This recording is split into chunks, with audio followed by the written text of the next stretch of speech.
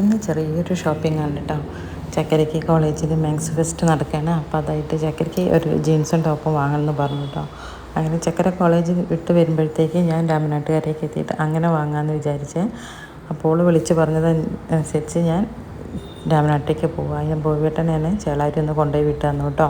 പിന്നെ അവിടുന്ന് അങ്ങോട്ട് ഞാൻ ബസ്സിനാണ് പോണത്. കാരണം ഇങ്ങോട്ട് വരുമ്പോൾ ചിലപ്പം ഡ്രസ്സ് എടുക്കാൻ പോകുകയില്ല, എങ്ങനെയായാലും നേരം വൈകും. അപ്പോൾ അത് കാരണം ഞാൻ ബസ്സിനാണ് പോയത്.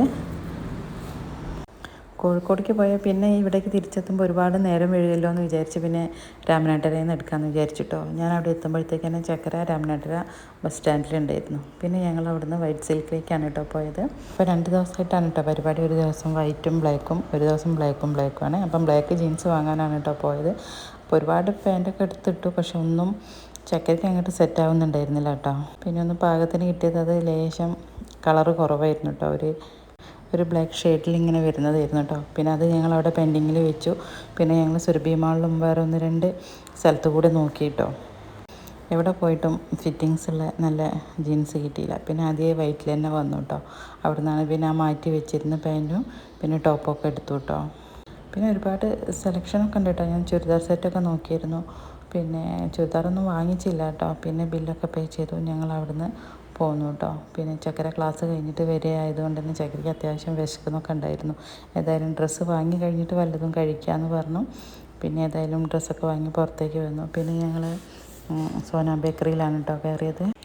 അവിടുന്ന് ചക്കരയ്ക്ക് ബട്ടർ ജ്യൂസും ഞാൻ പിന്നെ ഒരു ഫലൂദയും കഴിച്ചു കേട്ടോ. ചക്കര അത് കഴിക്കില്ല, ഇതിൽ ഫ്രൂട്ട്സും കാര്യങ്ങളൊക്കെ ഉള്ളതുകൊണ്ട് ചക്കരയ്ക്ക് അതൊന്നും പറ്റില്ല. അങ്ങനെ അവളത് കഴിച്ചില്ല. അവളൊരു കേക്കും ബട്ടർ ജ്യൂസാണ് കഴിച്ചത്.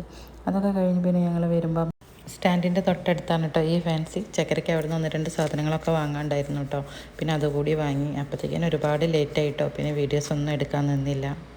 പിന്നെ വേഗം വീട്ടിലെത്താമെന്നുള്ളൊരു ഇതായിരുന്നു. പക്ഷേ ബസ്സിലൊക്കെ ഭയങ്കര തിരക്കും കേട്ടോ. ചക്കര സീറ്റുള്ളതിൽ കയറാമെന്ന് പറഞ്ഞിട്ട് പിന്നെ അതിനൊന്നും നിന്നില്ല കേട്ടോ.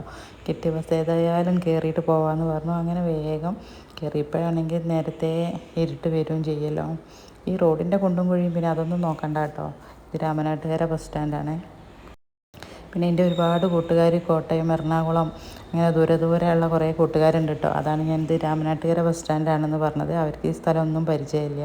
അങ്ങനെ ഞങ്ങൾ വീട്ടിലെത്തുമ്പോൾ തന്നെ 7 മണി കഴിഞ്ഞിട്ടുണ്ട് കേട്ടോ. അപ്പോൾ ദേ നമ്മുടെ കുഞ്ഞിപ്പൂച്ച ഗേറ്റ് തുറക്കുന്നത് കണ്ടിട്ട് ഒന്ന് തല പൊന്തിച്ച് നോക്കി അവിടെ തന്നെ കിടക്കുകയാണേ.